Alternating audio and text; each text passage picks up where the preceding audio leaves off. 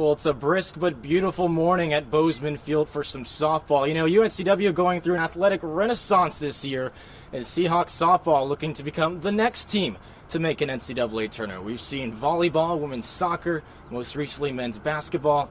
Now Seahawks softball trying to become the next team to do just that. Welcome to Bozeman Field on the heart of the campus of UNCW. AJ Ricketts joined alongside UNCW head coach Kristy Norton, alongside senior Darian Roberts. Thanks for joining us this morning. It's a little chilly, I know, in the 40s and 50s, but getting through it anyway. And Coach, we'll start with you here. Your program, 22-16 this year, 6 games over 500. You already have 3 more wins this year than you did all of last season. Of course, every year, every team is a new identity, a new group. What's it been like to coach this year's group for yourself in the program? This group has been quite pleasant to work with every single day. They come with a blue-collar mentality. And a purpose to serve others first, and I think that's what set this team apart from any other team we've coached before. Darian, you're one of just 4 seniors on the team this year. That's not too many, especially on a softball squad.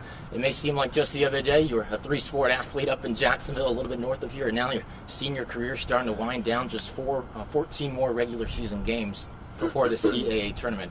How quickly has this season and even your career in your mind have gone? Has it been like the snap of a finger, or how quickly has it gone, and how crazy has that been? It has. My senior year has flown by. I mean, thinking back yesterday, like my first day on the field, and then in 3 weekends is going to be my last game on the field. So it's gone by really quickly with all my schoolwork and just all the work that we put in this year. Let me tell you, it just gets crazier once you actually graduate. It's weird. It's weird. It's not quite normal even yet. Coach, back to you. You know, today, Military Appreciation Day for this team, and this is just one of a lot of efforts it seems that you and the program do to emphasize how it's bigger than oneself. It's part of a bigger picture. I know I chatted with you guys in the fall.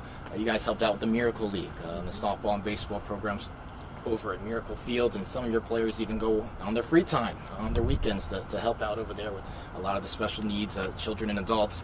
How important is that for you to emphasize the bigger picture within your program? I know the men's basketball team partners with Buckets for the Battleship in USS North Carolina, helping that battleship, and you guys obviously look to get in the community as well. Right, playing Division I softball, Division I college athletics in general is a huge privilege for these student athletes, and we do many things that others aren't able to do due to finances, due to disability, due to other things. And I just want our student athletes to realize that they are getting an opportunity to do something they love every single day, where others might not share in that same aspect. So, you know, us spending time to give thanks to the Wounded Warriors, or us spending time to work with Miracle League or other areas across the community, you know, homeless shelter, et cetera, et cetera. Just the ability to give back to the community and the people that actually make the community go around. And a big thanks to Step Up for Soldiers for supporting our day, and a big thanks to those servicemen and women who serve our country every single day. I'll chat more about Step Up for Soldiers in just a second. Speaking of Military Appreciation Day, Darren, your father served in the United States Coast Guard, so this maybe hits a little bit closer to home for you. And we were talking about a story right before we came on air, how, you know, of course, you grew up in Jacksonville, a little bit north of here. Apparently, they dropped you off at college for your freshman year and then headed off to New Orleans, their new station of deployment. Talk about that story. You move from your hometown, and then they move as well. Talk about that. Right. We're stationed in New Orleans, Louisiana, and they dropped me off at college and left me here, and I had to look for support to my teammates and my coaches, and it's been really hard. Like, my dad hasn't got to see a lot of games this year, but they try to come when they can. My mom is always here. And so it's been hard, but, you know, it's been worth it. So. Absolutely. The 14-hour trip from New Orleans to here isn't the easiest, but you were saying he's made a couple of games over the course of your career, so that's excellent to be able to see. Coach, final thing to ask you here before we wrap up.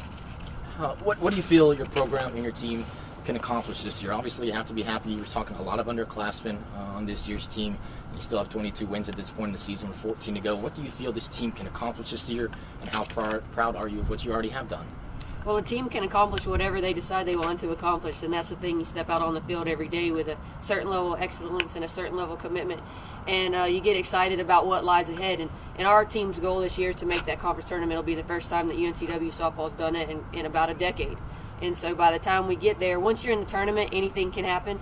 You take one day at a time.